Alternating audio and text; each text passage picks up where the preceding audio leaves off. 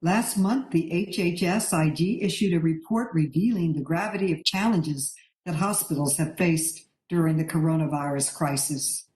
From caring for sick patients, to obtaining protective gear for staff, to stocking basic medical supplies. This report was intended to help policymakers understand these challenges and to help hospitals overcome them, which benefits us all. Unfortunately, President Trump personally attacked Ms. Grimm, and for no valid reason. His criticisms were baseless, and it seems clear that he just wanted everyone to pretend that there were no challenges in our healthcare system. Of course, we all know that was wrong. Ms. Grimm should not have had to endure these senseless personal attacks just for doing her job. Nevertheless, we thank her for tolerating them with dignity while she continues serving the American people. The HHS-IG's office is crucial in ensuring that the $175 billion that Congress gave to HHS for emergency relief under the CARES Act is spent effectively and efficiently. The HHS-IG is also a member of the Pandemic Response Accountability Committee, which I am proud to have proposed in the CARES Act. The HHS-IG and all inspectors general are more important now than ever. IGs are playing a critical role in overseeing our government's role and in rooting out waste, fraud, and abuse in our government's response to the pandemic. Regretfully, in recent weeks, President Trump has taken steps to remove, replace, or attack numerous officials in the IG community, including at the State Department, the Transportation Department, the Intelligence Community, and the Department of Defense, whose principal Deputy Inspector General had also been appointed to lead the Pandemic Response Accountability Committee. As the committee with jurisdiction over the entire IG community, it is our responsibility to protect the IGs from political interference. For these reasons, on Friday, I joined with Majority Leader Hoyer, Chairman Conley, and Chairman Lynch in introducing H.R. 6984, legislation that will both strengthen the independence of IGs and protect them from political retaliation by requiring that IGs be removed only for good cause and that documentation justifying removal be provided to Congress. The requirement that IGs only be removed for cause was also introduced in the HEROES Act that passed the House, and I hope that all members, both Republicans and Democrats, will support this important bill. I would also like to thank Chairman Conley, the chair of the Government Operations Subcommittee, for the incredible work he has done and has been doing to protect and strengthen our inspectors general. Chairman Conley has been leading a series of IG briefings, and he and his staff were critical to helping to put this briefing together today. With that, I would now like to recognize the distinguished ranking member, Jordan, for any remarks he may have. Thank you, Madam Chairwoman. Madam Chairwoman, in your opening comments, you mentioned the entire IG community, but that seems a little strange because we have been pushing for weeks for you to bring in Inspector General Horowitz to talk about some of the recent reports, scathing reports he had on the FISA operation, and you have yet to schedule a hearing or even one of these so-called briefings that we've now grown accustomed to in the last several weeks. So there is a real frustration level with Republicans, Madam Chairwoman, about these briefings we're doing. This so-called briefing should be in an in-person hearing to provide real transparency in the work of Congress. We must lead by example. States are opening up. Congress should get back to work just like states are. In a briefing setting, the Democrats make up the rules as they go. For example, members' questioning times in past briefings have ranged from 3 minutes to 5 minutes or even longer. On May 21st, 2020, just 10 minutes prior to the start of the Select Committee briefing, Democrat staff circulated via email written statements of the briefers. Republicans were not told this was an expectation, and we have no idea how long the majority had to review these statements and prepare detailed questions prior to the briefing. Calling these meetings briefings, but live streaming them and using some parliamentary rules to conduct them but not others, allows the majority to ignore minority rights that are fundamental to congressional committee proceedings. We should be meeting in person, holding hearings pursuant to the House rules that have always guided us. But if Speaker Pelosi refuses to return to work, and at the very least, we should follow the rules that the majority passed in the House just a week ago to actually hold hearings. At least those make an attempt to uphold the rights of all members on the committee. Now, focusing on today's hearing, or briefing, or whatever you'd like to call it, any allegation that Christi Grimm was fired or removed for issuing a report is simply incorrect. She is still the acting inspector general for the department, pending the confirmation of the new Jason Wida. Mr. Wida was nominated to be the permanent inspector general on May 1st, 2020. HHS has had multiple acting inspector generals since June of 2019. In April, HHS OIG released a report concluding that hospitals were suffering from a PPE shortage. This conclusion was based on a, quote, survey of hospitals conducted from March 23rd through 27th. Essentially, the OIG telephoned hospitals and asked a small number of questions that pointedly did not include any effort to discern whether the policies implemented by the administration were in fact working at the time. I'm deeply concerned with the flawed methodology that HHS OIG used to create this biased report. House Democrats continue to express outrage with the president's removal of some inspector generals, but these concerns, I believe, are disingenuous at best. Democrats had no such concerns with oversight when former President Obama failed to appoint a State Department IG for the entirety of Secretary of State Hillary Clinton's tenure. That's right, for 1,989 days, Secretary Clinton ran the State Department without any internal watchdog at all. I'm hopeful that the majority will stop playing these partisan games and instead bring us back to D.C. to conduct meaningful oversight, to hold China accountable for this pandemic, and to start having real hearings in person like we are supposed to in the United States Congress. And with that, I yield back. Thank you, Ranking Member Jordan. Now we recognize Chairman Connolly. Mr. Connolly, you are now unmuted. Thank you so much. And thank you, Chairwoman Maloney, for hosting this briefing/hearing. I would like to make one point, Madam Chairwoman. As you will recall, we did have Inspector General Horowitz before this committee about a month ago. It was before my subcommittee. You participated, Chairwoman Maloney, and I believe so did the ranking member, Mr. Jordan. So it's not true that our committee has somehow avoided having Mr. Horowitz. We had him just last month. We'd be happy to have him again. I want to thank our witness, Christi Grimm, Principal Deputy Inspector General for the Department of Health and Human Services, for briefing the committee on the important work her office is doing to highlight critical gaps in the federal government's response to the coronavirus pandemic. Inspectors General are more critical to our nation than ever as they oversee the distribution of the largest stimulus package in our nation's history, $3 trillion and counting, and to ensure that our government is taking the right steps to save lives. A recent report issued by HHS Office of Inspector General details the severe shortages of testing supplies and medical gear experienced by hospitals and alluded to the disorganized nature of the federal response at the top to the coronavirus. IGs root out waste, fraud, and abuse, and they speak truth to power. They call out mismanagement and inefficiencies, no matter who doesn't like it. They are essential to restoring trust in democracy and preserving accountability in every administration.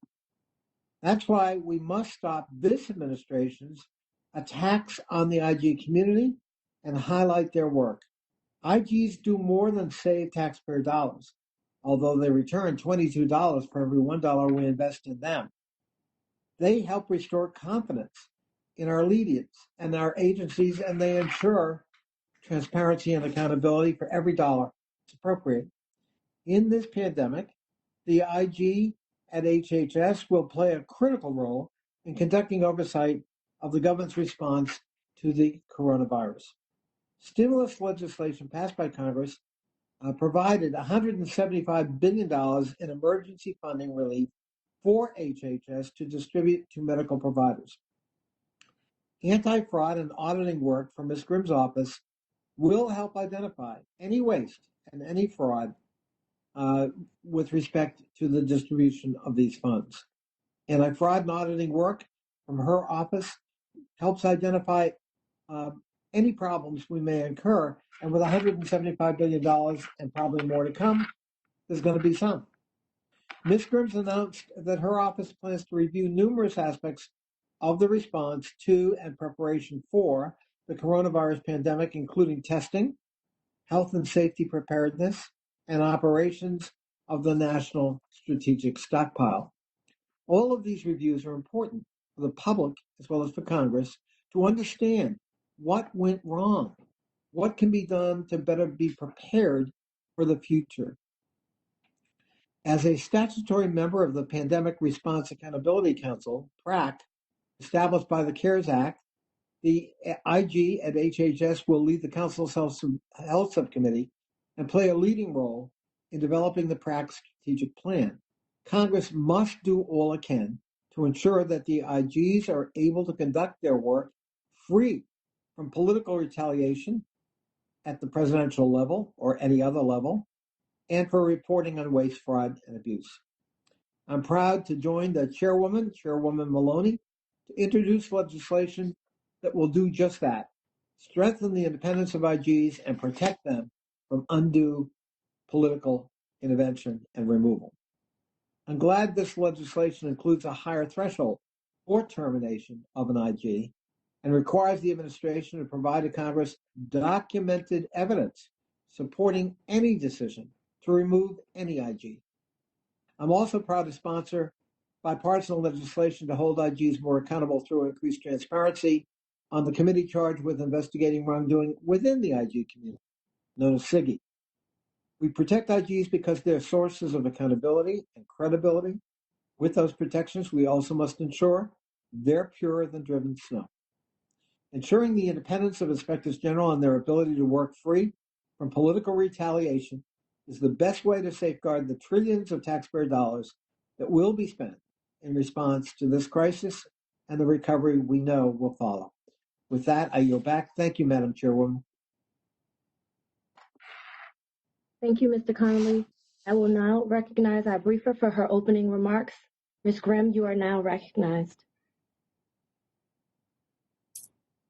Good morning, Chairwoman Maloney, Ranking Member Jordan, Chairman Connolly, and other distinguished members of the committee. My name is Christi Grimm, and I am the Principal Deputy Inspector General at the Department of Health and Human Services. I am a career civil servant with over 21 years of experience in ensuring the efficiency, effectiveness, and accountability in HHS programs and operations.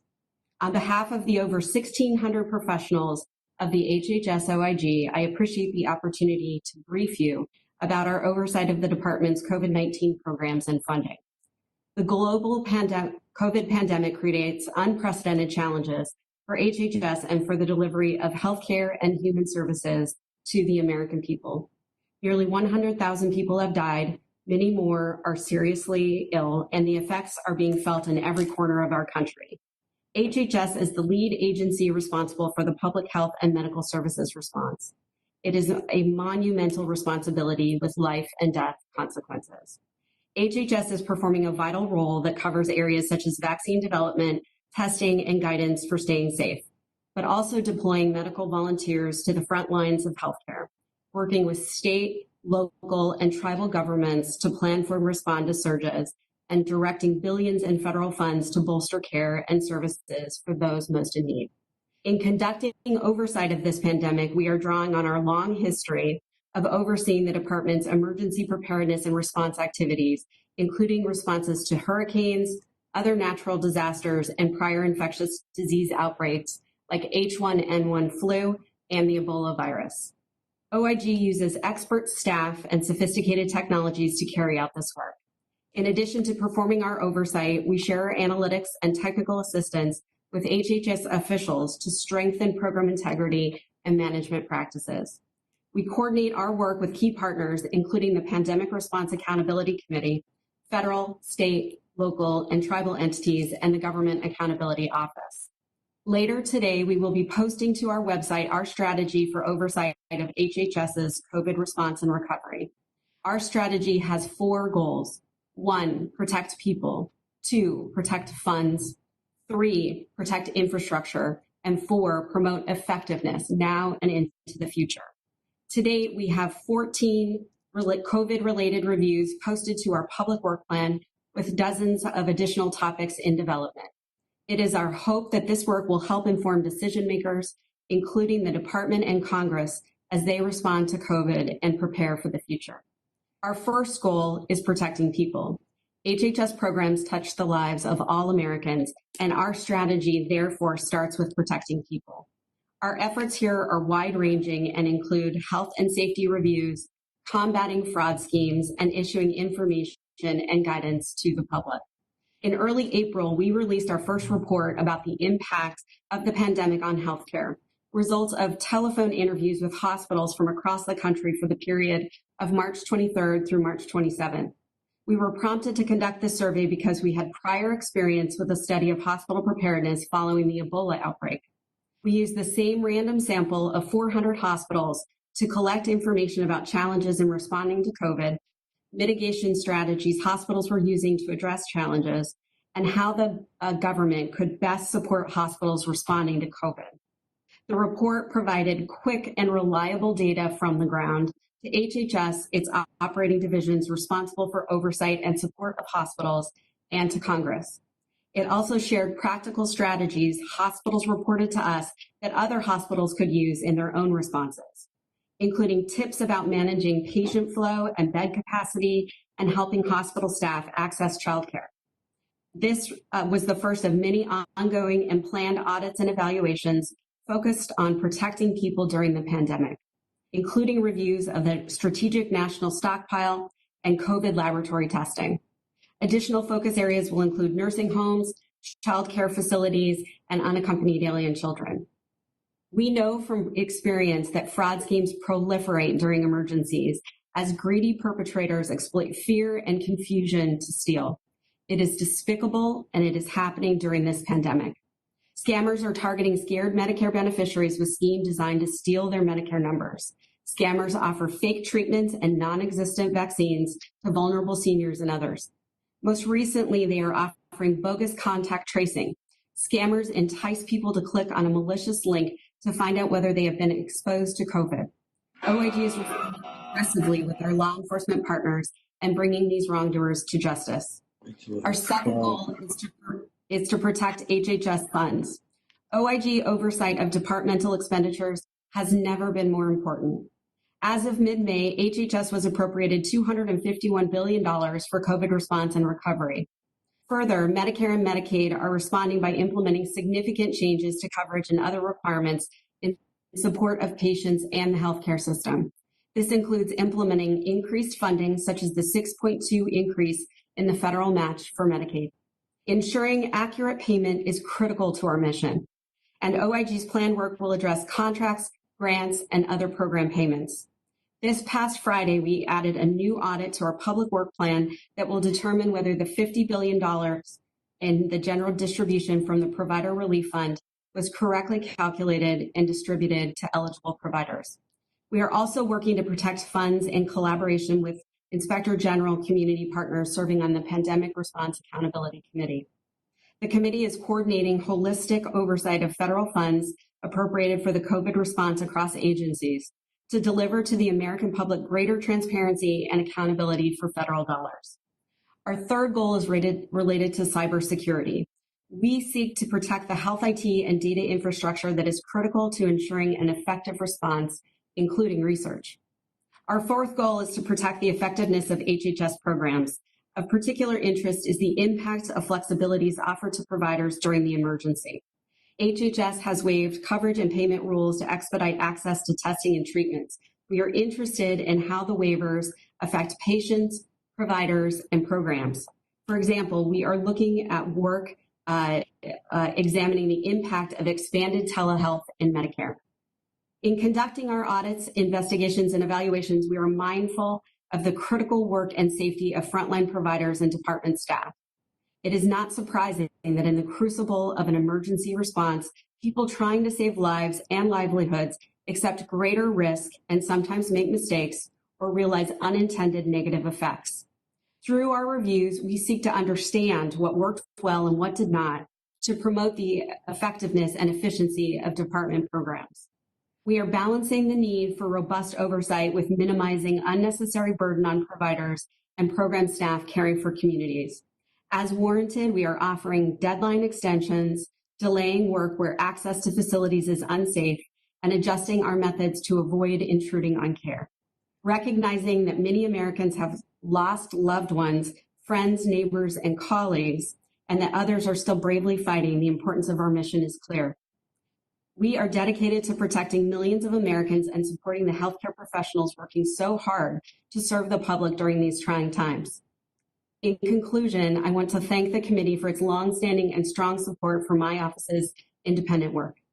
I also want to thank the committee for its oversight work to ensure efficiency, effectiveness, and accountability, a mission that is shared across all offices of Inspector General. I assure you that the resources provided to us will be well spent in service to the American public. I look forward to discussing our COVID-related work with you at this briefing and answering your questions. Thank you. Thank you. We will now move to the Q&A portion of the briefing. As a reminder, each member will have 5 minutes to allow enough time for all members to ask questions. Once recognized, please wait for confirmation that you have been unmuted before asking your question. Our first question will come from Chairwoman Maloney. Ms. Maloney, you are now unmuted.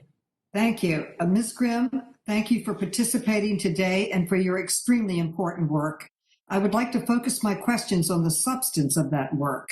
Your team surveyed more than 300 hospitals about their challenges in responding to the coronavirus crisis and brought to light extremely alarming findings. Being from New York City, I know firsthand the challenges our hospitals have had in responding to the crisis. Your report explained that as the pandemic was escalating, hospitals did not have enough testing or equipment because they lacked access to robust supply chains. As a result, they were forced to compete for crucial supplies like personal protective equipment and test kits. They competed against each other, against states, against the federal government, and even against foreign entities.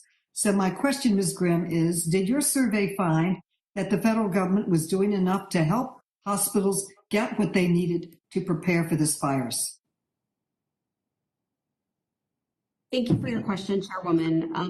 Our report, looking at a sample of hospitals nationwide, we went to 400 hospitals. We got a response rate of 85% with 323 hospitals responding to us, provided relevant, timely, and useful information to federal, tribal, state, and local decision makers to help target their response efforts. The goal of the work was to help to provide comprehensive information from the front lines in a time of national crisis.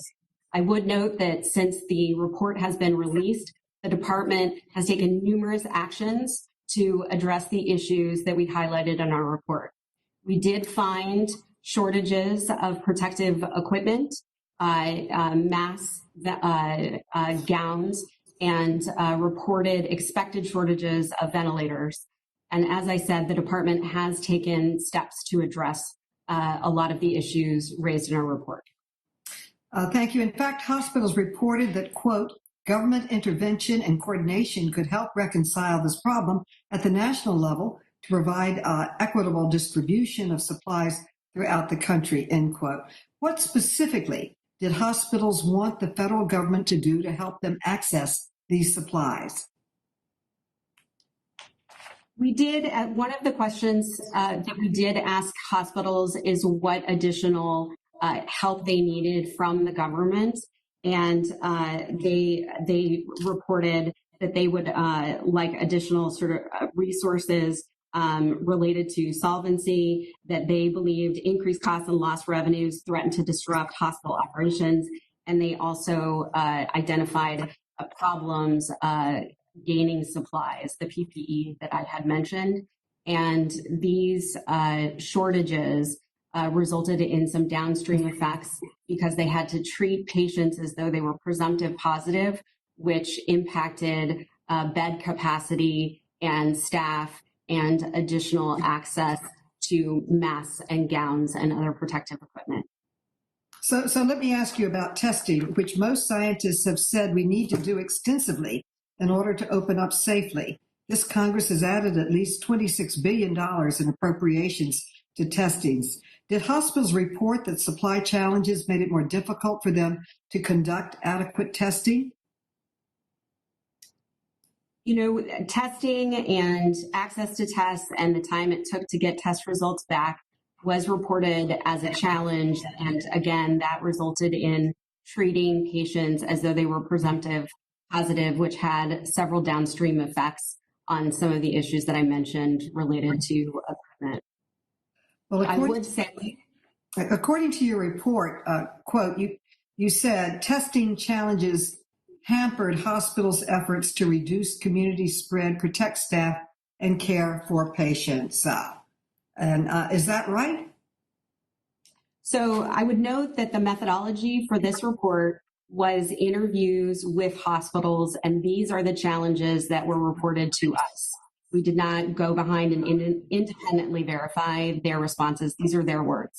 Well, unfortunately, hospitals in New York and elsewhere still do not have access to all of the testing, protective equipment, and medical supplies that they need. We had a briefing last week in the Select Subcommittee on the Coronavirus Crisis, and frontline healthcare workers told us that they still do not have enough testing or equipment to protect themselves or their patients. And that was nearly 2 months after your survey. So, Ms. Grimm, what do you hope HHS and other federal agencies will gain from your report? The report was a snapshot in time for March 23rd through March 27th. It is just the beginning of the work that we are doing looking at the coronavirus response. I will note that we do have 2 active jobs related to testing. The first is an examination of FDA's role in facilitating tested for COVID-19, which does examine emergency use agreements and also an audit of ASPR's, and also an audit of CDC's test kits to state public health labs. And we're doing some other work that is examining potential additional topics in testing. Well, I say it's unfortunate our leaders did not act on the information that you provided, but we have an opportunity to do so now. Scientists are reporting that there will be another wave, another wave coming at us of the coronavirus, possibly in the fall. So we have an opportunity to work together in a bipartisan way to prepare and be ready and make sure hospitals have the protective gear and the testing that they need. I want to thank you for your participation and your government service and your dedication to ensure that our federal government is working as it should be. I thank you again, and I yield back. Thank you, Chairwoman. Ranking Member Jordan, you are now unmuted. Thank you, Madam Chair. Ms. Grimm, when did you do the survey and the report again? I'm sorry, could Ranking Member Jordan, could you say that again? I didn't hear you. Yeah, and thanks for being with us. When did you do your survey and report? When did that take place? We surveyed hospitals from March 23rd through March 27th of this year. So 2 months ago, right? We released the report on April 6th. So it was March 23rd through March 27th, and we released the report on April 6th. You did the survey 2 months ago. Have things changed in the past 2 months? I mean, think about have things changed just take the question of ventilators. Is it a different situation today than what we assumed was going to be the case in March relative to ventilators, as an example? So yes, and the department has taken many actions to address the issues that we had identified in our report. And are there, I saw a news report, as another example, I saw a news report last week that said there are now testing centers where no one's showing up to get tested. Is that accurate too? We do not have any information on that. Ms. Grimm, why did you shut down the economy? We do not have any work looking at that issue. No, I'm just asking in general. Why did the country, why did states, what was the reason that we shut down the economy 10 weeks ago? To reduce the spread of the COVID virus. Of course, but to what specifically we wanted to flatten the curve, reduce the spread, save lives, and of course that's critically important. We all want to protect people and save lives, but there was a specific reason given. I'm just wondering if you recall what that was. I'm sorry, Ranking Member Jordan. I don't have any information on why the country was shut down. Well, I mean, I think it's common knowledge that we were told by elected officials that we shut down the economy and engaged in all the practices we did to flatten the curve, certainly save lives, but specifically we did it to not overwhelm our healthcare system. Do you agree with that? That was the reason given? That is something that sounds right, to not overwhelm our healthcare system. Yeah, so I'm asking, did we accomplish that goal? I don't have any information on how hospitals are faring at this moment. We do have some additional work looking at hospital preparedness in CMS's sort of controls of looking at the implementation of emerging infectious diseases and how CMS has provided oversight of that and how a select group of hospitals are adhering to that role. I do not have updated information at this moment if hospitals are experiencing this issues. I'll tell you how they're doing. They had to lay off the hospitals around the country, and the healthcare system had to lay off 1.4 million workers in the month of April alone. So I'll tell you how they're doing. They're not doing very well, because what we did is, in essence, and you could almost say we bankrupted some of these hospitals by the practices we took. So we certainly didn't overwhelm them. What we did is we forced them to lay off people, and in some cases, I think we bankrupted these hospitals. And yet the Democrats are having a hearing on a survey you took 2 months ago where everything has changed, and the stated goal for the entire shutdown was certainly met, I think, to the detriment of so many hospitals. And so I guess I have a simple question. Do you think it's time to get back to work? I would not be able to comment on whether or not it is time to go back to work. Well, it sure seems like it is. I mean, I know hospitals are itching to start their elective surgeries and elective procedures, their scans and the things that they do that generate revenue for them. It certainly seems appropriate that we get back to work and start letting them operate, particularly now that it's been 10 weeks and frankly, as I said before, 10 weeks since we had your survey. I appreciate the work you do. I appreciate being with us today. Madam Chair, I yield back.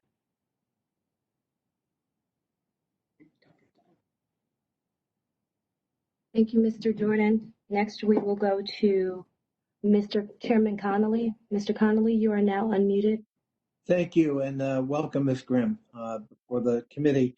Madam Chairwoman, before I start, I just want to correct another misstatement by Mr. Jordan, who argued that Democrats were silent when there was no IG at the State Department. As a matter of fact, the two ranking Democrats, along with the two ranking Republicans of the committee at that time, on a bipartisan basis, sent a letter to President Obama dated January 24th, 2013, objecting to the vacancy and calling for him to fill it. We certainly would love that kind of bipartisanship on IGs from Mr. Jordan and his staff and his office. We have yet to get it.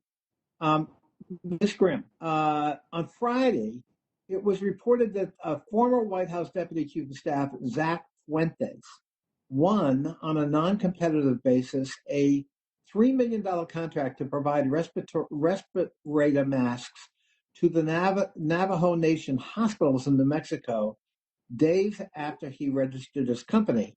That is to say, 11 days after he created his company.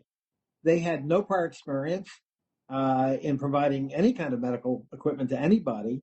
And apparently there are problems with the suitability of the masks in what is a devastated community, the Native American reservation community, in this particular case, the Navajo Nation.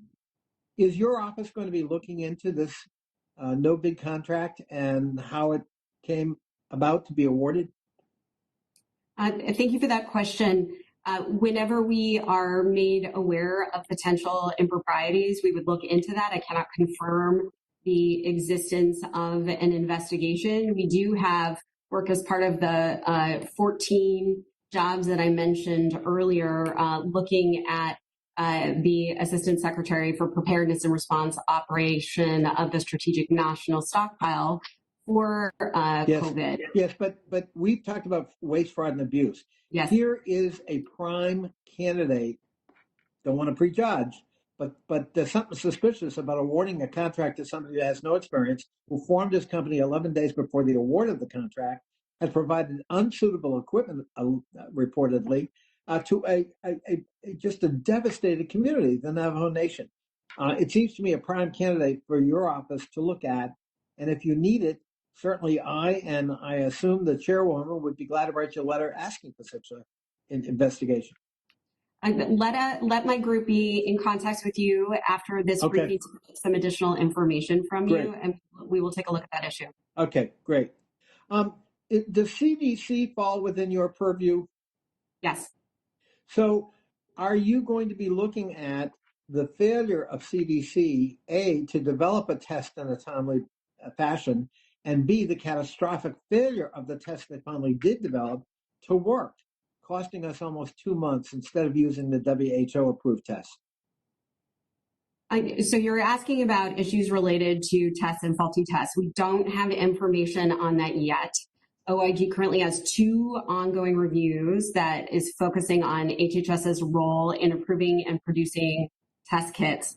We do have a review specific to your question to look at CDC's process of approving, producing, and distributing the COVID test kits.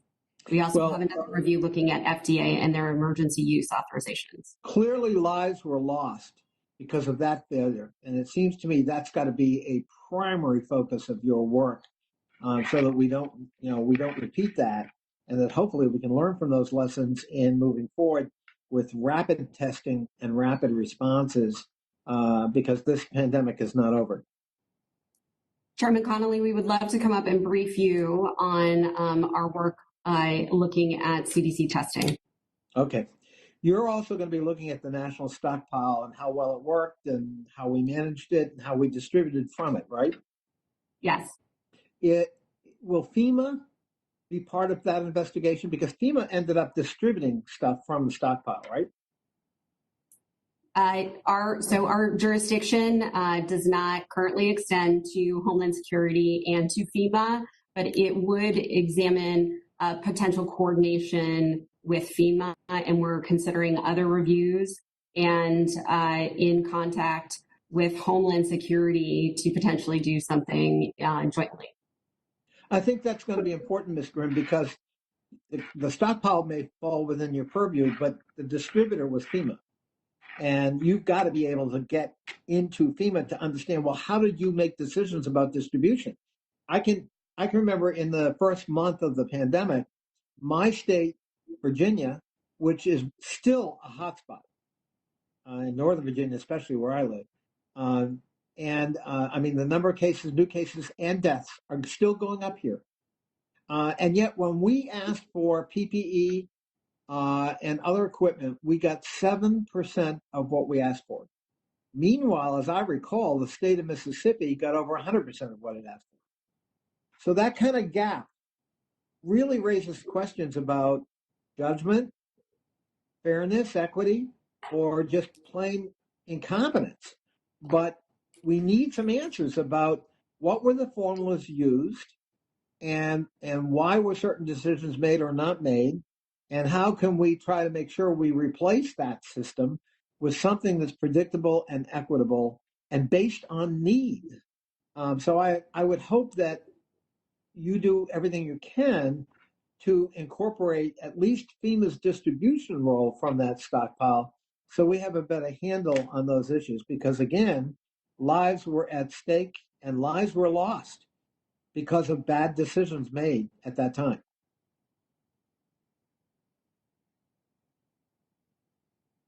I'm seeking reassurance, Ms. Grimm.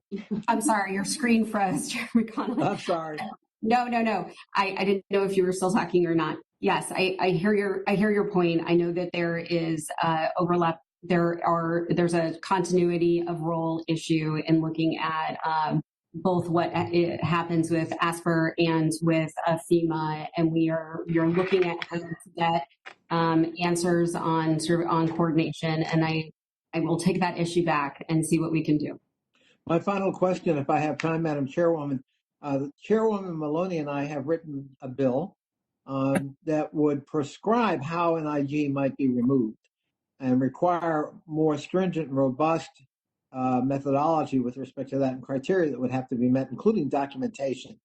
Are you concerned professionally that the independence of IGs or your own independence are at risk or might be compromised by recent statements and actions taken by the executive? Chairman Connolly, I would like to address your question by just talking about the importance of independence for inspectors general generally.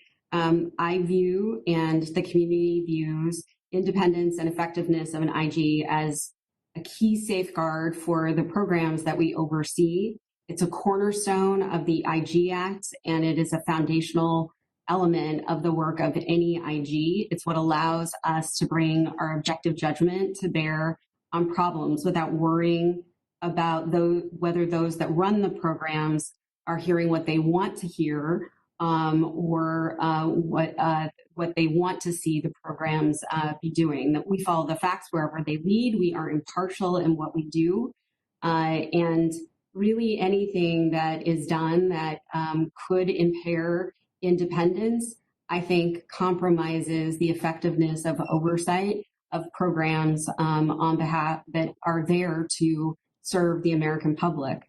In our case, the 300 programs within HHS. Thank you, and we'll have your back on that independence. Thank you, Madam Chairwoman. I yield back. Thank you, Mr. Connolly. We will now move to Mr. Grothman.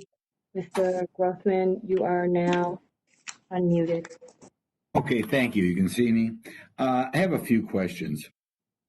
And maybe you looked into these and maybe you haven't, and maybe I'll just cause you to begin to look at them in the future.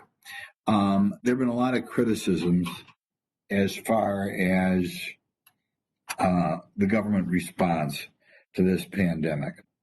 My first question is, with regard to coming up with cures or reducing the number of people who get the pandemic, have you looked into the degree to which things like vitamin D or vitamin C plus zinc and that sort of thing are being looked at by somebody out there, NIH, CDC, someone? We are not looking at the effectiveness of treatments per se. I will say on that specific point of vitamin C, we actually have seen quite a bit of fraud in that area with purported cures using vitamin C and other schemes that are really meant to entice beneficiaries to give their Medicare number in order to steal their identity. Okay, it's this. I guess vitamin D has been subject to a lot of hope. Okay, there have been studies, Northwestern, I think Trinity College in Ireland, and some people, there is a criticism of the Department of Health that it's too much just looking for vaccine, and not looking at other alternatives done or suggested by doctors or academics. Do you do anything as far as auditing as to whether the Department of Health is looking into these other things? People wonder why they aren't. We do not have work looking at those issues that you have identified. Would you look at them? I mean, given all the money they've got, as has been mentioned, billions and billions of dollars. It seems kind of strange that academics are out there pushing vitamin D, and they've been kind of quiet over there with their billions of dollars. Next question. There's some questions out there. People write columns. I don't know what to say about it. That the number of people dying of COVID may be in some areas high, and that apparently hospitals are reimbursed more if people die of the COVID and reimbursed even more if they get on a ventilator. And there have been criticisms of overusing ventilators, particularly in the New York area. Is that something you looked into? I mean, does that cause the number of people who've been checked off as dying of the COVID to be increased? And is there a difference around the country in the degree to which people use ventilators quickly? We don't have any specific work looking at that particular issue. We are very aware that the pandemic poses challenges for all regions of our country, which vary from state to state, county to county, and city to city. We are monitoring through our data accompanying bills and claims with the COVID diagnosis as a way to potentially upcode and other means by which taking advantage of this pandemic. Okay, I'll give you one more question. If you look at state to state, the number of people who die versus the number of people infected, it varies wildly by state. Do you look into why that is? I mean, the percentage of people who get it, at least on the statistics we're given, compared to the percentage of people who die, kind of varies dramatically. And I wondered if you had looked into that or would let us know if there's a reason for that. Okay, I think what you're asking is, are we looking at the accuracy of the counts of sort of positive tests and then death rates? Not solely that, not just the counts, but are people treating it differently in different states? That's relevant too, right? We could be looking at that from a data perspective.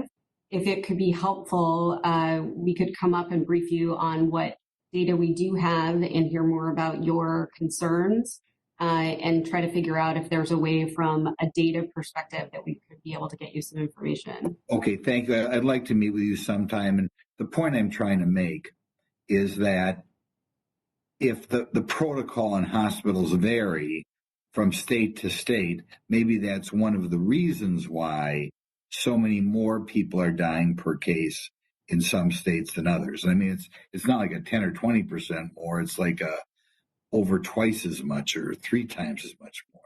So, there's something wrong with these numbers. But I'd love to meet with you. Thank you very much. You're welcome. Thank you. Next, we will go to Ms. Norton. Ms. Norton, you are now unmuted. Thank you very much. I hope you can see me and hear me. I want to thank our chair for holding this briefing, and particularly do I want to thank Ms. Grimm because it's been very informative. And you've already answered a number of questions that I would have. I have a very specific question that has been troubling me. I know that you say you have done 14 reviews, and the word review is the operative word for what the inspector generals do. They look at what has occurred, they evaluate it, and on the basis of that evaluation, we learn what to do the next time. Rarely do you have an opportunity for a real-time review. Memorial Day caused many jurisdictions to open to various degrees. My own jurisdiction, the District of Columbia, was not one of them.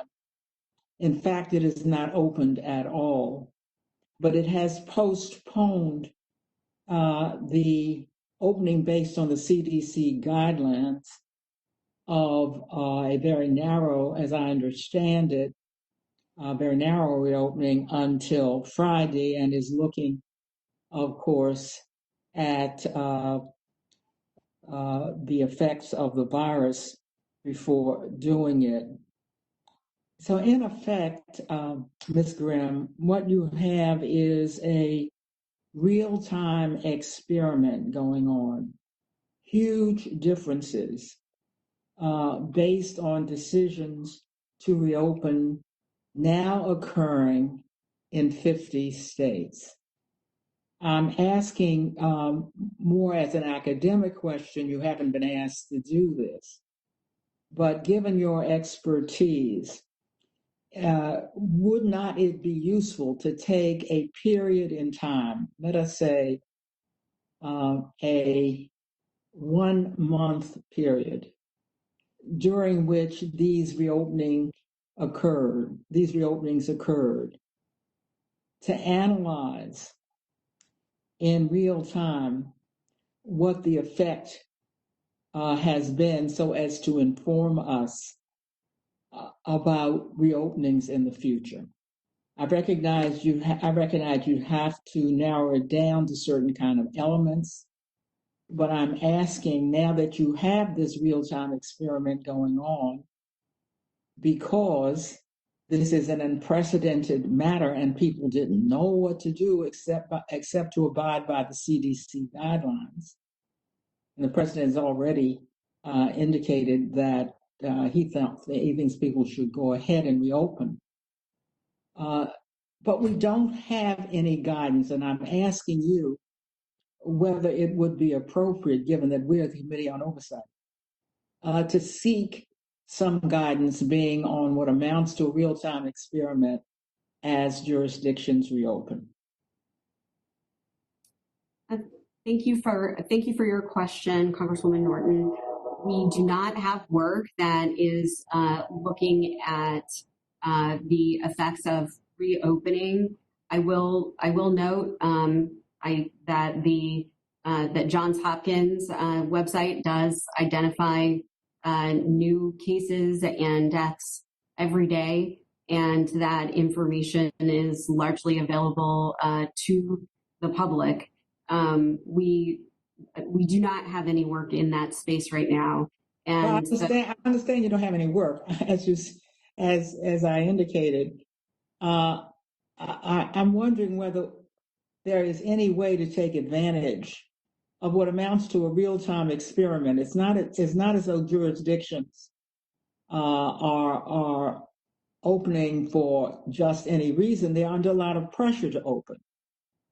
And we don't know what the effect of that pressure. That's why I'm asking as a scientific matter, not because you have been asked to do it, but because of your own expertise, whether there would be any advantage in taking advantage of this period in order, for example, and I gave as an example 1 month, to see whether or not the reopenings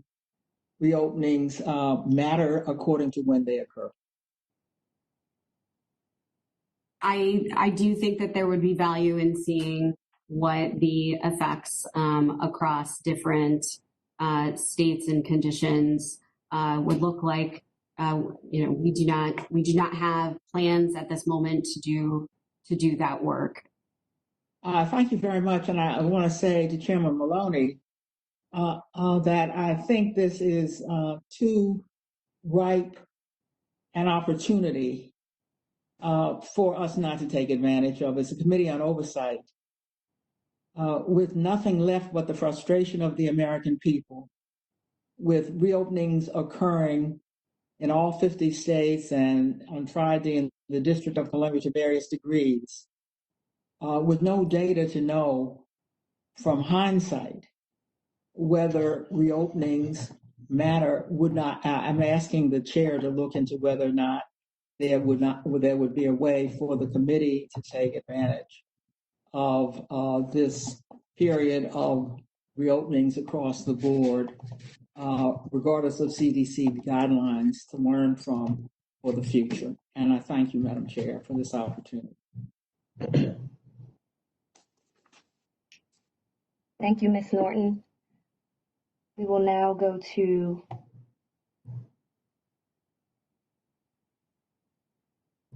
Mr. Comer. Mr. Comer, you are now unmuted. Well, thank you. And I have 3 questions, but before I begin, I want to echo what Jim Jordan said. I feel that this committee hearing should be held in Washington. I think it reflects very poorly on the United States House of Representatives that we are not currently in Washington right now, especially considering that the U.S. Senate is and has been for several weeks. We have to focus on reopening our economy. America cannot afford to be shut down unnecessarily much longer. And Congress should be leading. But instead, because of Speaker Pelosi and House Democrat leadership, Congress continues to stay holed up. And that's not leading by example, especially when you consider that many Americans never did stop working.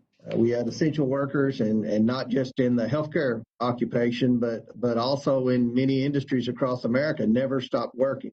But Congress is still holed up in their homes because of the decision of Speaker Pelosi, and I think that's terrible. I think that sets a terrible precedent, and I'm getting more upset about it each day. So now I want to begin with my questions for Ms. Grimm. Ms. Grimm, in your report, you said there was a widespread shortage of PPE. According to a recent Homeland Security report, China had been limiting the export of PPE and purchasing large quantities of PPE for months while hiding the severity of the pandemic. It seems clear now that a significant cause of the shortages was China's efforts caused our PPE shortages. Has your office considered analyzing China's efforts to limit exports and purchase substantial quantities of PPE? Thank you for your question, Representative Comer. We do not have work currently looking at this, and a key reason is that the CARES Act directs the Department of Health and Human Services to enter into an agreement with the National Academies of Science, Engineering, and Medicine to evaluate U.S. dependence on critical drugs and devices that are sourced or manufactured outside of the U.S. And in that legislation, it says that it may include analysis of the supply chain of critical drugs. So at this moment, we do not have work in that exact space. We do have work that is ongoing, looking at foreign inspections of drugs. Okay. The president had already been working with the private sector to manufacture more PPE for nearly a month prior to your report's release. Why did you not include the ongoing efforts by the administration to address the PPE shortage caused by China? Thank you for that question. So the report used was really designed to be a quick snapshot of what was happening on the ground in hospitals. And we interviewed hospital administrators. Again, we had an 85% response rate. It was based on a prior survey methodology that was used for an Ebola response. And the only entity that we did interview for that report, and I will note that that report the start notice was issued on March 23rd. We had a report out on April 6th. And it is my understanding that this committee and others are looking for rapid response information with which to make decisions. So we made choices in being able to provide quick turnaround information on the perspectives of hospitals. Okay. My last question. There have been numerous public stories that the Chinese government hid the severity of the pandemic early on, and the World Health Organization enabled them to do so. Did the delay in understanding the severity of the pandemic cause a delay in the administration's ability to respond? We do not have current work looking at that. That would fall into that general idea of response and timing. Now we believe is not the time to be looking at issues like that. That falls into our effectiveness category. So our strategy, as I articulated earlier, protect people, protect funds, protect infrastructure, and ensure effectiveness. So we'll look back at some of the decisions and how and what actions were taken as a result of information. That would be something that we would potentially consider down the road. Well, hopefully Congress will get back to Washington and get back to work so that we can start to begin taking steps to limit our dependence on China for PPE and vaccines and all sorts of essential healthcare products that are currently manufactured in China that we would like to see begin manufacturing in the United States. Madam Chair, I yield back. Thank you. Next, we will go to Mr. Raskin. Mr. Raskin, you are now unmuted.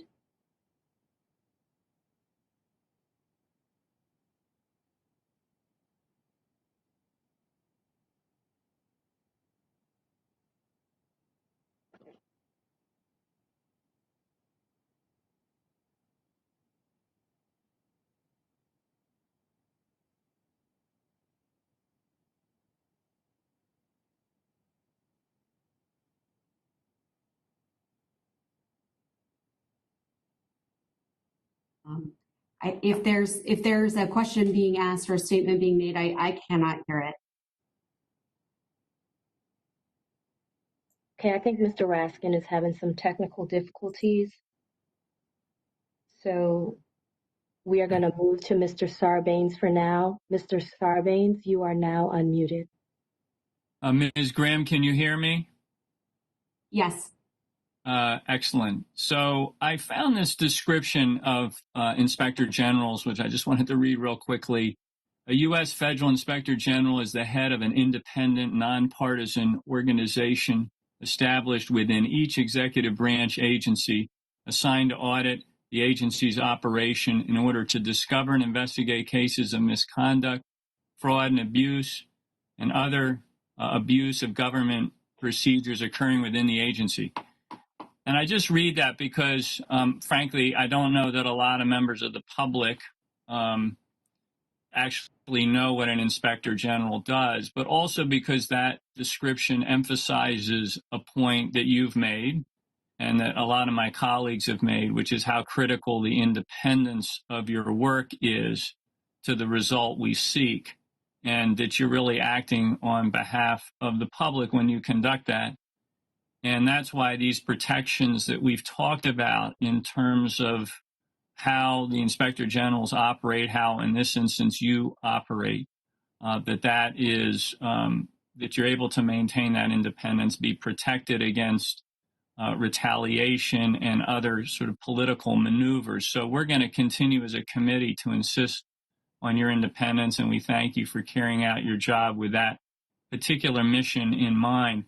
I did want to talk a little bit about process because it's really important for us as committee members to make sure our expectations of what you can do and how quickly you can do it is in line with sort of what's possible and the reality of it. So obviously you have categories of review within HHS, whether it's the Strategic National Stockpile or it's nursing home shortages of PPE, how hospital dollars are being distributed, whether that's being done properly. Can you tell me real quick how much of the broad-based review that you undertake is tied to sort of an initial work plan that you draw up ahead of time, and how much is it in response to issues that come up, specific issues that get raised, and that I guess could happen through press accounts of things that are going on, whistleblower complaints that may get filed, issues that members of Congress bring up. Can you tell us kind of how you allocate your time and focus between those two baskets of response? Thank you for your question, Representative Sarbanes. I think you're very well informed in the various ways that information might come to us. All of the above is the way that I would answer that question in terms of the way accounts or possible issues might come to us. We hem closely to the requirements for the funding that we get. About 80% of our work is to look at Medicare and Medicaid, and the other 20% is to look at some of the issues that are sort of basically outside of the Centers for Medicare and Medicaid Services. We, of course, if we're made aware of an issue, for instance, abuse and neglect in a nursing home that we see in a newspaper, we would follow up on that appropriately. We consider input, of course, from Congress, congressional requests from the department as a result of the reports that we do and issues that we find and following up on them. So there are a variety of ways that we come to an idea. We have an incredibly rigorous work planning process. We, on a weekly basis, bring together what I refer to as our sort of board of directors here in OIG, which is a multidisciplinary team that consists of our head of investigations, our head of audit, our head of evaluation and inspections, our management and policy team, and our data experts to deliberate on possible ideas, whether it would be a good investment for OIG, the opportunity cost for doing one thing versus another.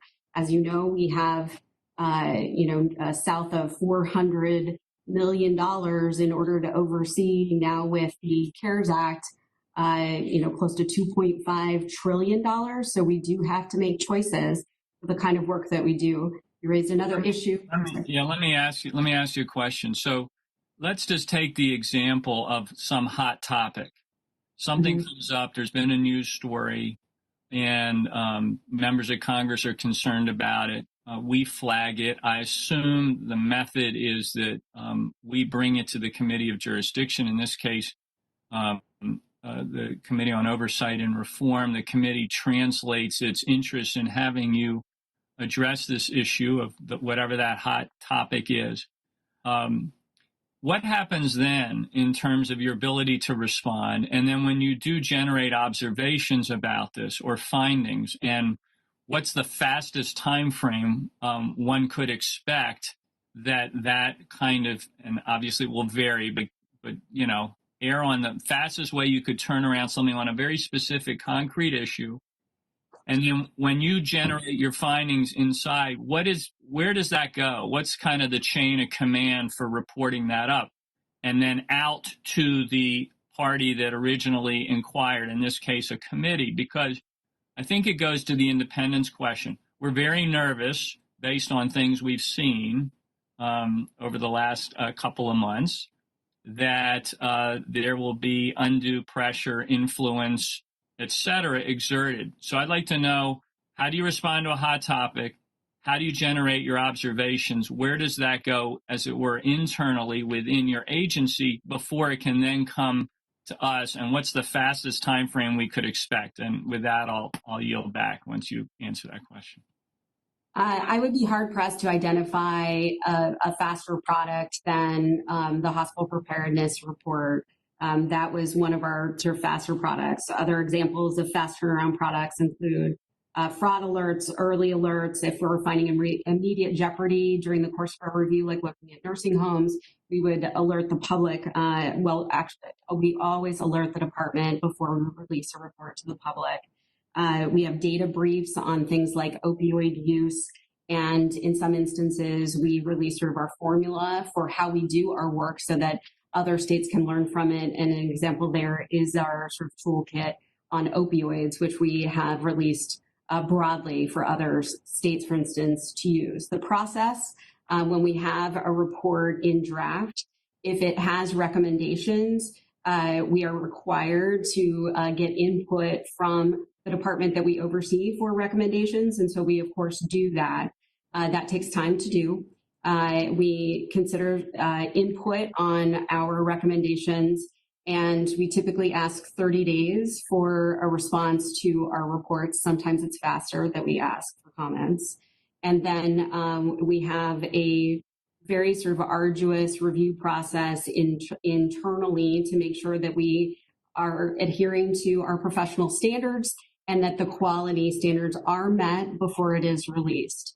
So the turnaround products that I mentioned, fraud alerts, early alerts, pulse survey, data brief, and toolkits, those could be some of the faster turnaround products. I know this committee in particular is interested in flash reports.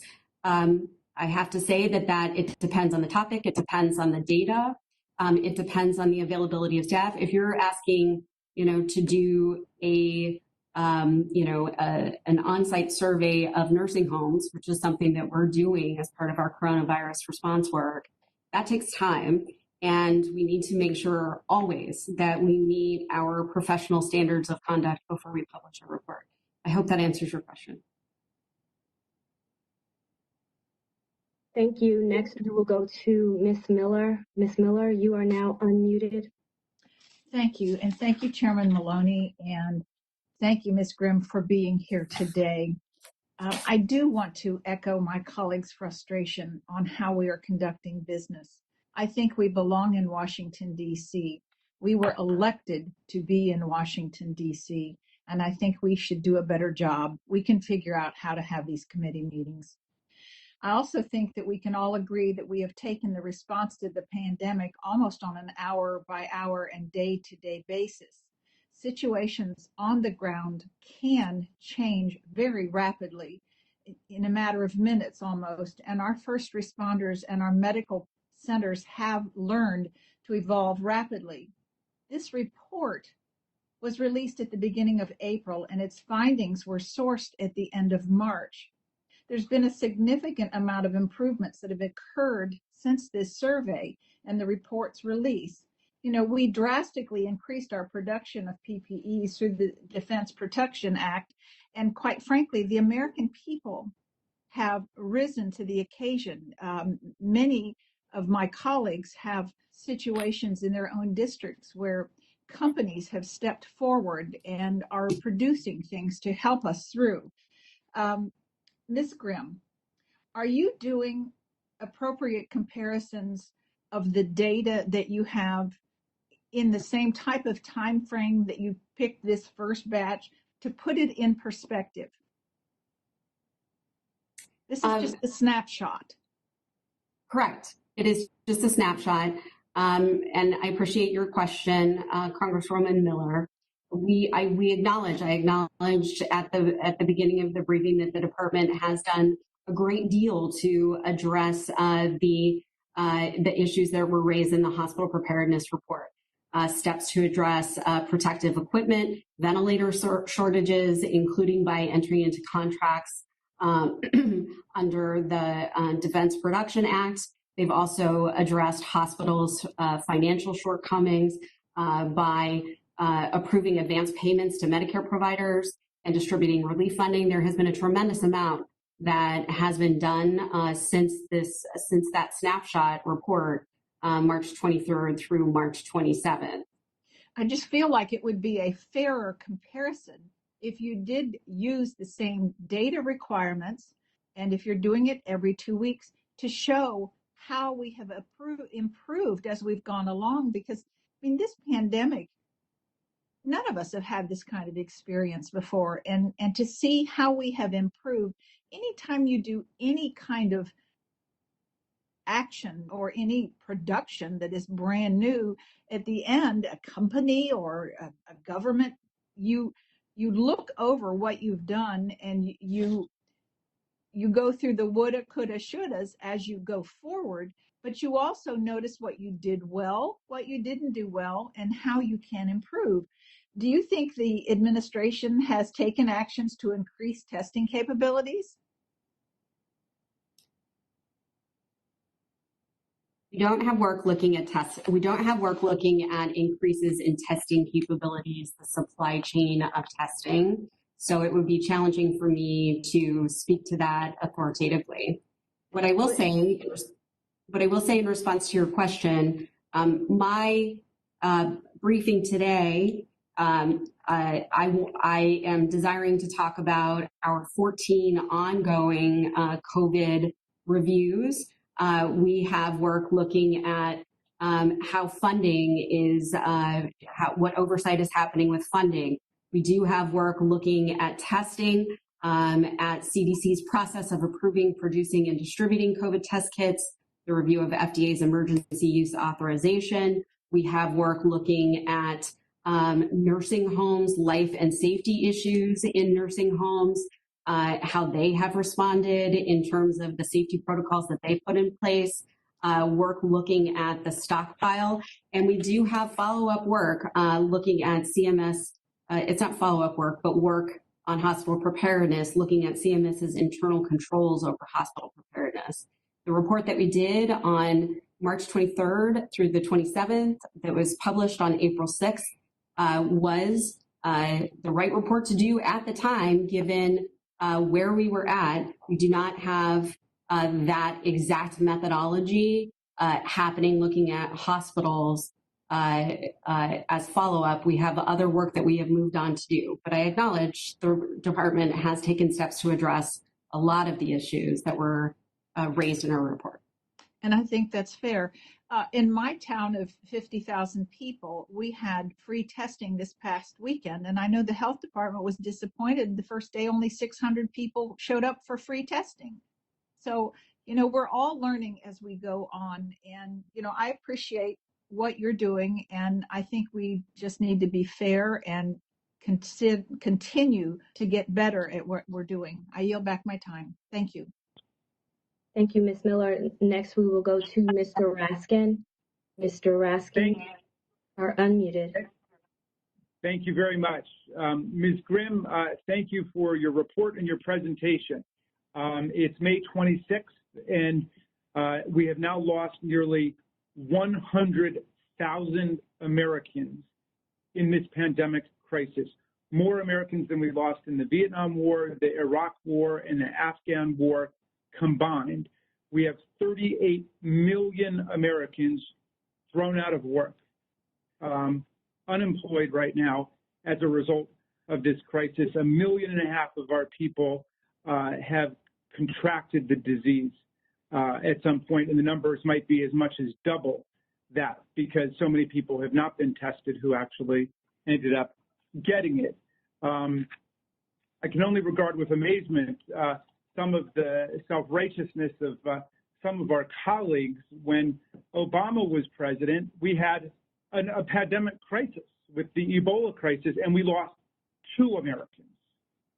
2 Americans. So this crisis now under President Trump is 50,000 times worse than what we saw under the Ebola crisis. Now, in your report, Ms. Grimm, you canvassed hospitals, and I just want to go over the major findings to make sure I understand them. First, the hospitals reported severe shortages of testing supplies and extended waiting periods for test results. Is that right?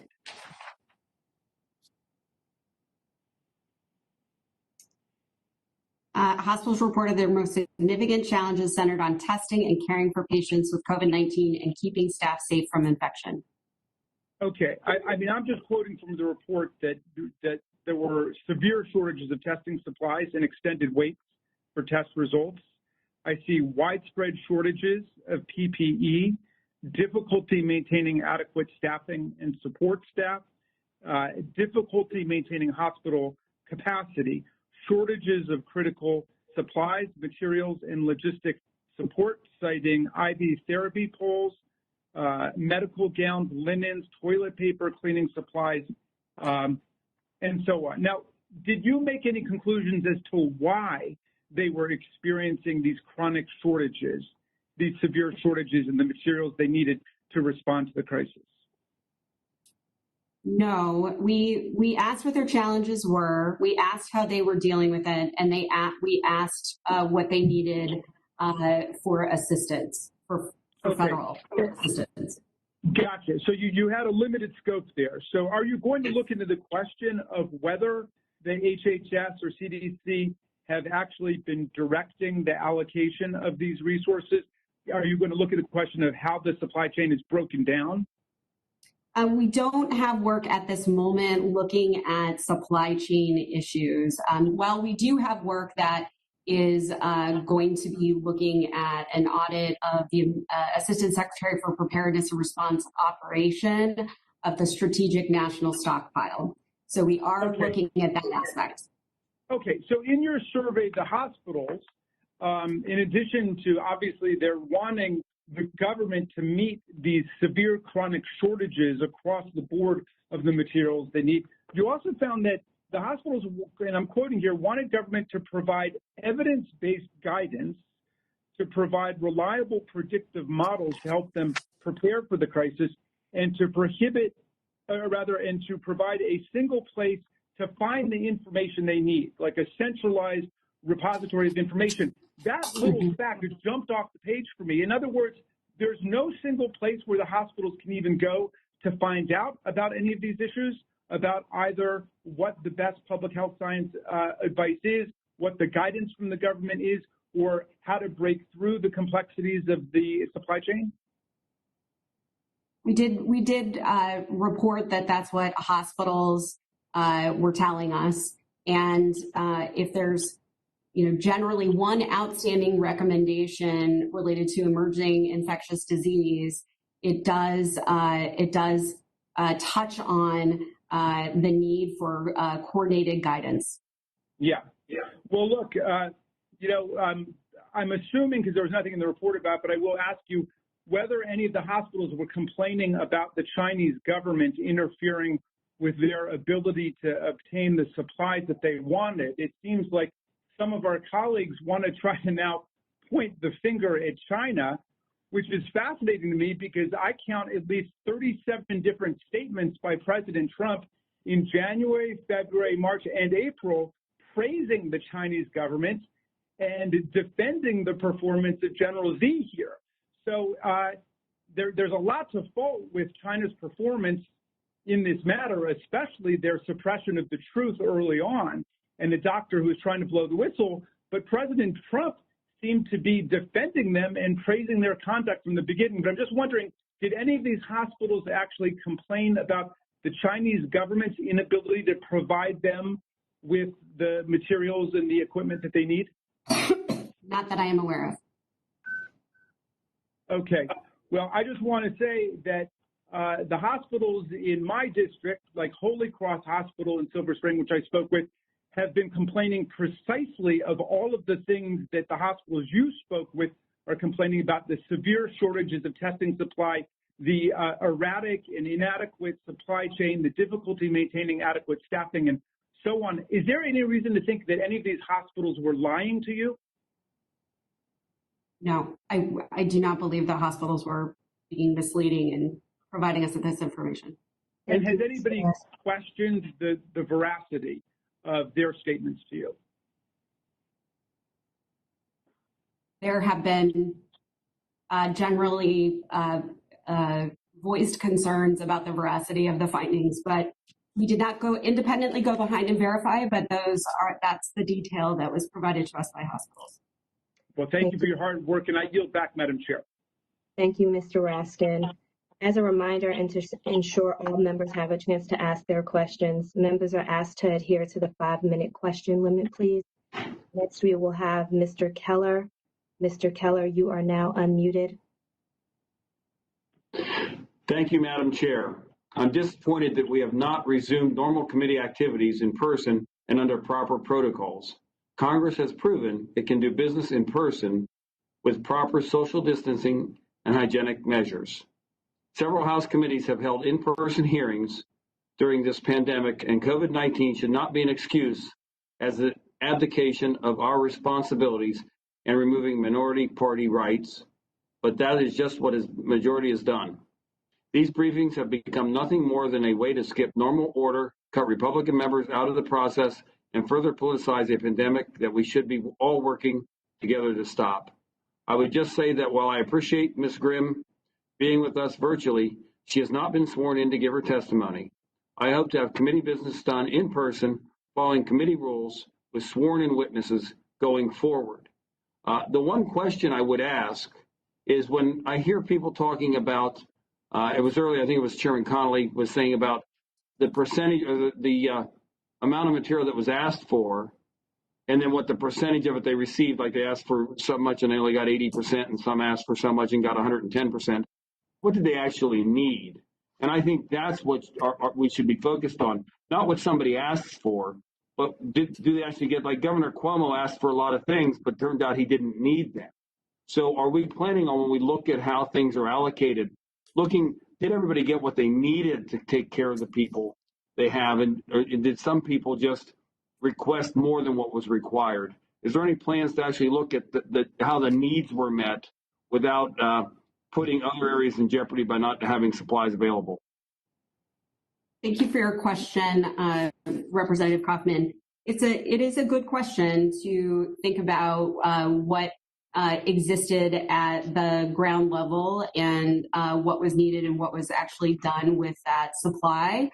And we are looking. It's not something that would be able to be done very quickly, but we are looking at something that could be a comprehensive view later on down the road of tip to tail what happened from the federal down to the local level, which could include an examination of supplies and use of supplies. Yeah, because if you look at what happened, and we did everything we should have, but things were requested, and I'll say in New York, and were deployed to New York, but they didn't need them all. And then the governor there said, well, they just sent them elsewhere. I don't think we need that middleman to send them elsewhere. Deploy what needs to be deployed to the areas they need to go, and manage that supply chain. That's supply chain management. And I think, being what Representative Jordan said, did we meet the original goal of what we did with our shutdown, making sure that our healthcare system could provide what it needed to provide? We actually met that goal, didn't we? Being able to, the healthcare system in America did not collapse under this because we met the goal, correct? Like it did in other nations. I cannot comment on that. We do not have work on that. I will say between March 23rd and March 27th, we, in talking to hospitals, identified extreme shortages, which was reported in the report. Right. But everybody that needed a ventilator got a ventilator. Everybody that needed care got care at our hospitals. On the topic of ventilators, we did not, for that time period, identify any hospital who told us that they were experiencing shortages in rendering ventilator care, but we're expecting to have shortages down the road. Were any hospitals unable to provide care for people with COVID-19 that you interviewed? We did not ask that question specifically, but they did report to us that they were treating patients, a lot of them, as presumptive positive, which had downstream effects on beds, on staff, on supplies, because of shortages related to testing. Did any hospitals run out of beds or places if they needed to hospitalize somebody for COVID-19? I don't have that answer at the tip of my fingers. So we're not aware of anybody that needed care that didn't get it.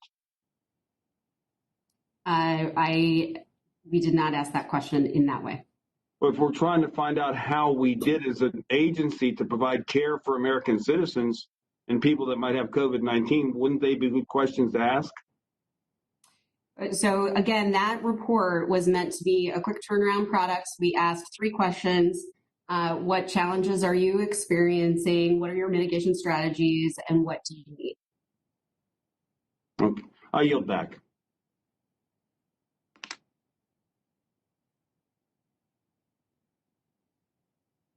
Thank you, Mr. Keller. Next, we will go to Ms. Spear. Thank you. You can hear me? Yes. Can you see me? No. You can't see me. Okay, let me see if I can get that. Is that working now? No, I still can't see you. Okay, now I can. Now you can? All right. Let me just start off by saying this. Madam Chair, I applaud you for holding this briefing hearing. I think that it is as good as any briefing or hearing we would have in the Capitol itself. The 21st century has required Fortune 500 companies to look at whether or not they can work remotely, and they have been thrilled to find out that they can. So I would like to associate myself with all those who feel that by working remotely, we still are doing our jobs. In fact, maybe doing our jobs even more directly with our communities. I know my staff and I have been working to get PPE for our hospitals, sourcing them from all over the place, and also getting the PPP loans for our small businesses. So thank you for doing this. This is as good as it gets. Let me move on to ask Inspector General Grimm a question. On March 23rd to 27th, you did this snapshot survey. You then reported it on April 3rd, and shortly thereafter, the President of the United States was asked about it, and he said it was phony, that it was fake, wasn't true. And then on May 1st, he decided to appoint a new Inspector General. I am concerned about the independence moving forward of Inspector Generals if they feel they cannot provide any bad news without fearing that they're going to lose their jobs. Can you comment on that?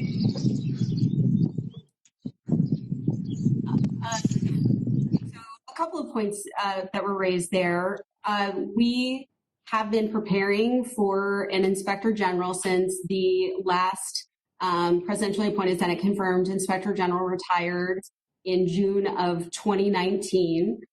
So putting that out there. I do think that independence is the cornerstone of what any Office of Inspector General does, and that allows us to be impartial in the work that we do and to go right down the middle in providing facts and letting those facts take us where they may.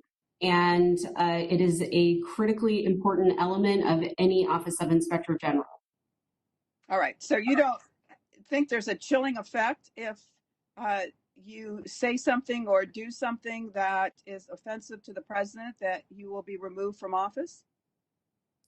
You know, I personally and professionally cannot let the idea of providing unpopular information drive decision-making in the work that we do. And I think today, I hope members are hearing that the 14 jobs that we have planned to protect people, to protect funds, to protect infrastructure, and to ensure effectiveness, we are operating as we did on May 1st. Okay. All right. We are plowing ahead.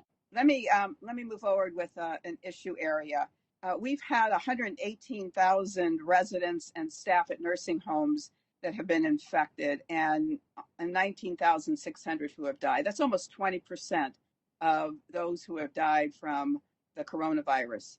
I understand you have new planned work items regarding nursing homes. I'm interested in knowing whether or not you are going to look at the difference between for-profit nursing homes and nonprofit nursing homes, because it appears that the for-profit nursing homes were less prepared for the pandemic than the not-for-profit ones. It's a very interesting question. We do have several jobs that are related to nursing homes, and the idea of ownership and whether it's for-profit or not for-profit is frequently a consideration in our work, as is rural and non-rural. So I will take that. I will take that question back, and we will get back to you on whether or not it's already baked into our work. I wouldn't be surprised that it is, because we do often consider that issue. I would also ask that you look at PPE. In my district, PPE for nursing homes was totally nil. But for the county providing some, there would not have been any. Furthermore, board and care facilities and independent and assisted living facilities come under no review or regulation whatsoever, and I hope that you will at least contemplate that in your work as well. Finally, one last question. The issue of ventilators. We have about 160,000 ventilators, I'm told, and I'm also told that we must maintain that number in order to be prepared for waves of the pandemic occurring later this summer into the fall. The president has just announced to the Congress that he is going to convey as a gift to the Russian people and to Vladimir Putin $5 million worth of ventilators. Are you able to make any kind of a snapshot survey of the same hospitals that you surveyed back in March to find out whether or not the reduction of $5 million worth of ventilators will have an impact on them? Thank you for that question. We do not have plans to repeat that same survey We're exploring that same methodology in talking to laboratories and for ventilators. Again, I think the closest piece of work that we have is the audit looking at the strategic national stockpile, but that's the work that we have ongoing. I would also point you to, you mentioned independent living facilities. As part of our health and safety audits, we are considering we're doing work that is looking at adult day centers and individual supported living facilities. We are looking at life and safety issues and whether or not they're controlling for emerging infectious diseases. We recognize that that is an incredibly vulnerable population, and that is a top priority for us. Great, thank you very much. I yield back, Madam Chair. Thank you. Next, we will go to Ms. Plaskett. Ms. Plaskett, you are now unmuted.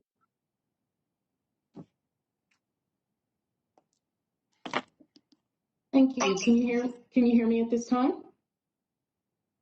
Yes.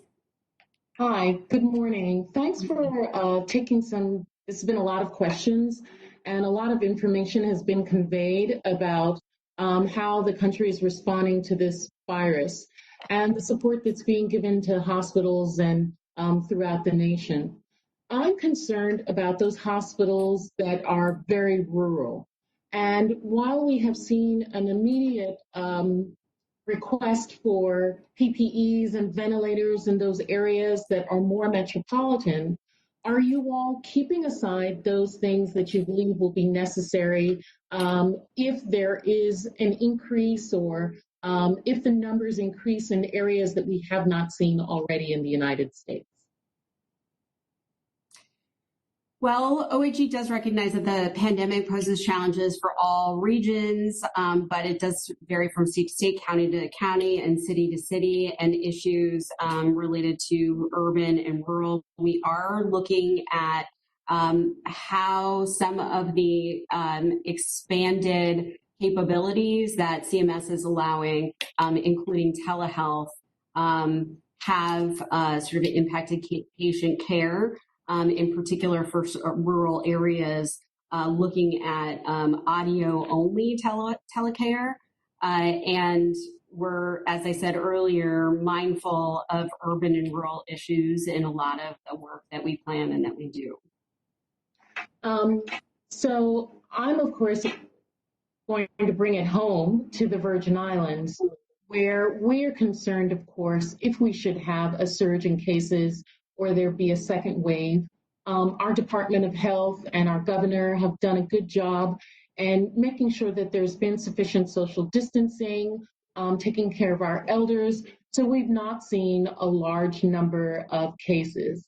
However, with the reopening and people traveling, potentially our hotels reopening, many of us have a concern that we might get another wave and much larger. And with a hospital that is enormously very small and has been compromised because of the 2017 storms, of course, that concern becomes real. I mean, we don't have sufficient hospital beds in normal circumstances right now. Are you all, or have you seen accountability taken into that for areas like the Virgin Islands? To be able to receive, there are portions of the funding that's being provided to build out hospital beds to the Army Corps of Engineers and others. The notion of us having to pay a cost share of that makes it much more untenable. There's a concern that should we have to do that, we're not going to be able to make that cost. Have you all looked at that, and have you done any studies to determine if cost share waivers should be given for those kinds of necessities?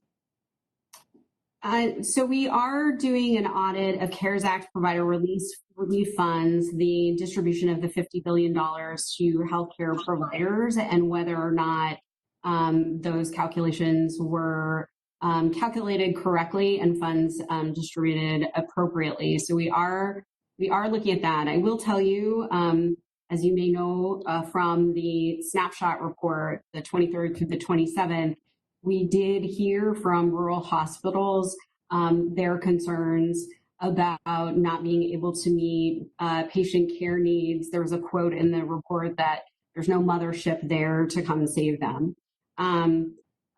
So we are aware of those issues, and we also have some work, which I neglected to mention a minute ago, conducting compliance-related oversight.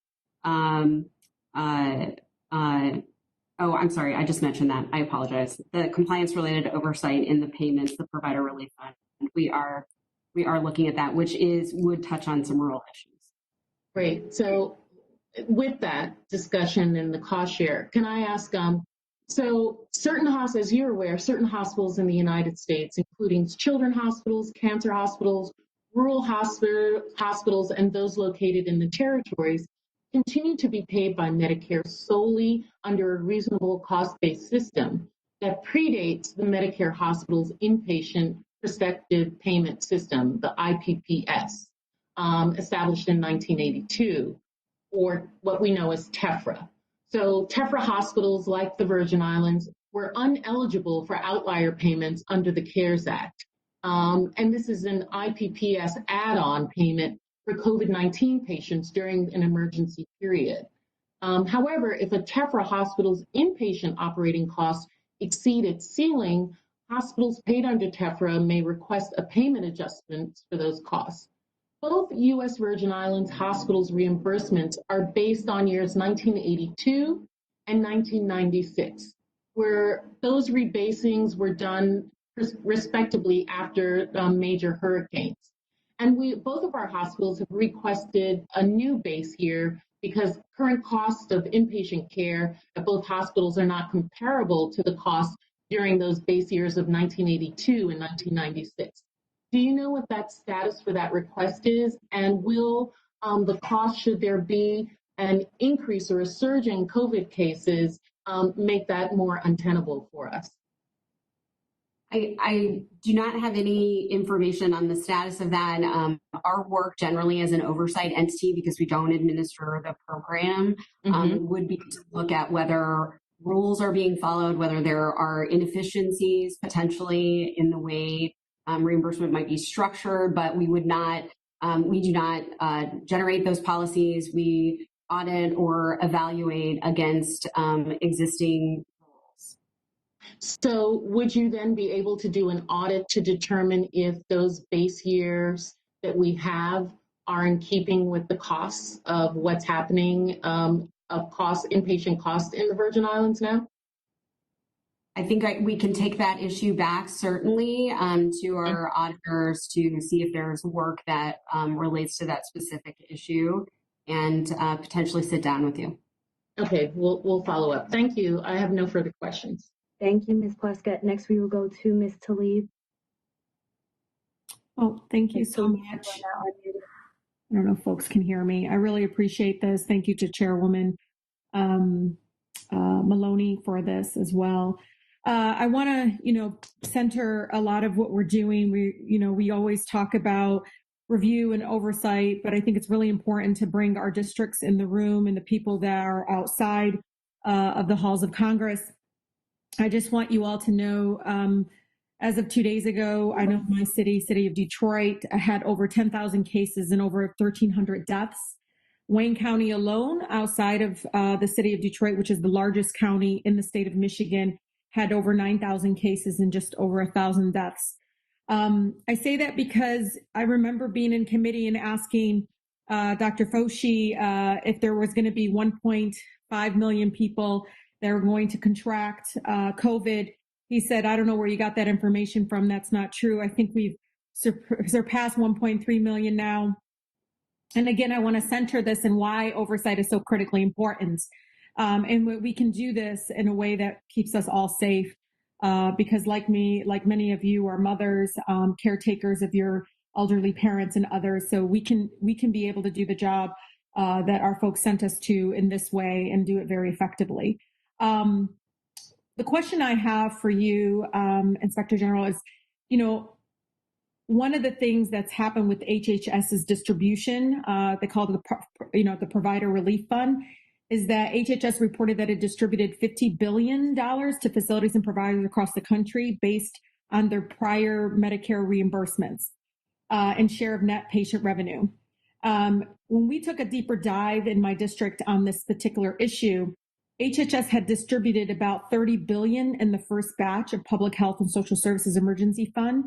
However, my district, Michigan's 13th congressional district, which is the third poorest congressional district in the country, received least amount of funds of any Michigan congressional district. My district received $27 million compared to up to $138 million in other Michigan districts, which are much more wealthier, have some of the largest, hospital like headquartered and so forth. And again, looking at my district and seeing again, having I think the youngest person to die from COVID is a 5-year-old girl in my district. I just really would love for you to explain, Ms. Grimm, to me, does the hardest hit district in Michigan and one of the hardest hit in the country can receive the least amount of funds of any congressional district in the state? And I have a follow-up question, if I may. Thank you for your question, Representative Tlaib. And I know your state has been particularly hard hit by the COVID epidemic, and we are very, very mindful of locations and providers that have been hardest hit by the epidemic. And we have done our level best to make sure that we are meeting providers and communities where they're at. For the audit that we are doing of the Provider Relief Fund, we are looking at whether rules were followed in the calculations and whether they were distributed according to those rules. We are not second guessing how those formulas were arrived at as part of the work that we are doing. Shouldn't the HHS ID evaluate the substance of the method that was used that favored some of the larger, wealthier hospitals? My staff had sent me and showed me some of the most wealthiest for-profit, corporate kind of really centered-led hospitals got $50 billion compared to some of the smaller hospitals that I have in my district, that are, some of the hardest hits. Are we going to be looking at the method of which, from wealthy hospitals, while the smaller hospitals with, less reserves to fall back on or continue to struggle? We don't have work on that right now. I think that could be an issue that would fall under potentially our effectiveness category. And why don't I have our team come up and talk to you about some of the issues and hear what some of our authorities and jurisdictions are. No, I would really appreciate that. And I just want folks to know too, I hear people saying some of the hospitals are struggling now. The ranking member talked about that. But I want you all to know this is a pandemic, a global pandemic. People are dying at such a huge rate, past even what the Vietnam War, our loss of loved ones then. And hospitals are closing. They're struggling. When we have some of the sickest people right now around the country, that tells you that something's wrong with our healthcare system. Not to blame whether or not we were doing the best job we could with uncertain times and the fact that we didn't know enough about, and we still don't know enough about COVID. But to say that it was because the economy shut down because we did it, no, it's because we were not prepared for this pandemic, nor did we even have a healthcare system that, and Inspector General, this is not towards you, this is just towards my colleagues with these theories that I just really want to push back against. My God, the sickest people, we've had so many deaths, and healthcare providers and hospitals are struggling. That tells you that we have a broken healthcare system. We should be looking at that specifically versus waiting and trying to blame at folks, where I don't think any of us wanted to see this many people die or to see any of our hospitals or anybody struggle right now. So thank you so much again to the chairwoman for holding this hearing. Thank you, Ms. Tlaib. Next, we will go to Ms. Porter. Ms. Porter, you are now unmuted. Thank you so much, Ms. Grimm, for taking the time to be with the committee today. On May 13th, I sent you a letter raising serious concerns about apparent instances of political leadership at BARDA, specifically about Dr. Kadlec allowing large pharmaceutical companies' lobbyists' opinions to carry more weight than those of our nation's leading scientists. I got your response back on Friday, that you are not able to discuss any potential whistleblower complaints, and I understand that, and I respect the HHS IG process. That being said, I don't believe that some of the questions can wait or that they necessarily hinge on Dr. Bright's whistleblower complaint alone. So I want to focus on just one of these questions today, which I think still gets at the heart of the concern that I raised. Dr. Kadlec, the Assistant Secretary for Preparedness and Response, has started new programs to provide funding streams and opportunities for companies to fuel innovation. These initiatives, such as ASPR Next, the Division of Research, Innovation, and Ventures, DRIVE, were intended to lower the barriers for entry for companies and to increase access to funding. But there's evidence that they've become nothing more than a funding stream for companies that can't get funds under the previously long-established process. This means that our taxpayer dollars may be wasted on projects with little scientific evidence, but that have great lobbyists. Has HHS OIG conducted a review of new projects such as DRIVE, E, and ASPR Next for improper industry or political influence? And if not, would HHS OIG agree to do so? Thank you, Congresswoman Porter. I am familiar with your letter. I signed the response letter on Friday. As I stated in that letter, we are unable to confirm or deny the existence of any investigation, and that we do not discuss whistleblower retaliation matters. In response to your larger issue, we do have work that we are discussing internally now that has not been announced, that we're still deliberating over. So sort of in the pipeline for deliberation, looking at award procedures for research and development contracts from FY 2017 through May 2020 using the BARDA appropriations. And I think wonderful. So that's on the list of potential projects that you're taking to your team to discuss. And so how would the American public learn of when a decision, and this committee, how would we best learn of what you've decided to proceed with for an investigation and the potential scope? Would that go on that list of the 14 projects that you described earlier in this hearing? So I want to be careful with the language. I would not characterize the 14 possible reports that we're doing, the jobs that we're doing, as investigations. Those would be audits or evaluations. Transparency and sunshine is core to what OIGs do. And here at HHS OIG, our work plan, with the exception of certain cyber jobs, is public. So when we decide to go forward with a job, we update our work plan, and it's a living work plan, and we update it regularly. And we would reach out to you to let you know because we know you're interested. Super. Thank you so much. I have a final question here about, I've seen that you have been alerting the public about fraud schemes related to COVID-19 on your website. You mentioned that scammers are offering COVID-19 tests to Medicare beneficiaries, mostly seniors, in exchange for their personal details, including Medicare information. And on your website, you go through a number of steps that seniors can take to protect themselves, but what proactive steps? Beyond having that information on your website, people are going to find that, I fear, after they've been scammed, and they're looking for what to do. What proactive steps are you, the Office of Inspector General, taking to protect our seniors? We are in constant contact with the CMS Center for Program Integrity. We work closely. Great. Could you tell me what they're doing? Because that's actually, I'd like to hear what Administrator Verma and CMS are doing about this.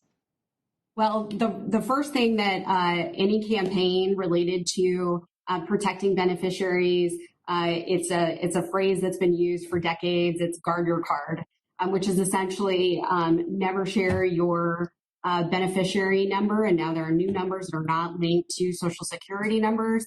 Do not share that with anyone that isn't your doctor or providing care to you. So some of the phishing schemes where, folks are reaching out, offering test kits, sanitizing kits in return, just simply for your beneficiary number. Don't do that. Never do that. that is meant to do sort of ill, to steal your medical identity. And in some instances, we've also sort of seen it associated with some kickback schemes, but guard your card, guard your number. Okay, thank you. I hope you'll consider doing an investigation or job, excuse me. Thank you for teaching me. I hope you'll consider doing a job about how COVID-related Medicare fraud has perhaps increased during this period and what additional steps we could ask CMS to be taking. Thank you so much, and I yield back. If I could say one thing just to that, whenever we become aware of a fraud scheme, whether it's a testing scheme, a purported cure scheme, an identity theft scheme, we are working very closely with the Department of Justice and our law enforcement partners. And when we can, we put out fraud alerts, and we will continue to do that. Thank you so much. Next, thank you. I will now turn it over to the chair for closing remarks. Chairwoman Maloney, you are now unmuted. Well, first of all, I want to thank all of my colleagues and thank you again to Mrs. Grimm for being here today. As we close, I'd like to reflect on why this briefing is so important. The coronavirus pandemic is a generational crisis, and we are all in this together. If we face a second wave in the fall, as the director of the CDC and other public health experts have warned, we need to make sure that we are ready. And we need to replenish the national stockpile. We need to make sure hospitals are prepared for another surge if it happens. And as we find our way through this crisis, we will continue to depend on the HHS, IG, and all IGs to make sure our government's response is effective, efficient, and accountable. Thank you, everyone.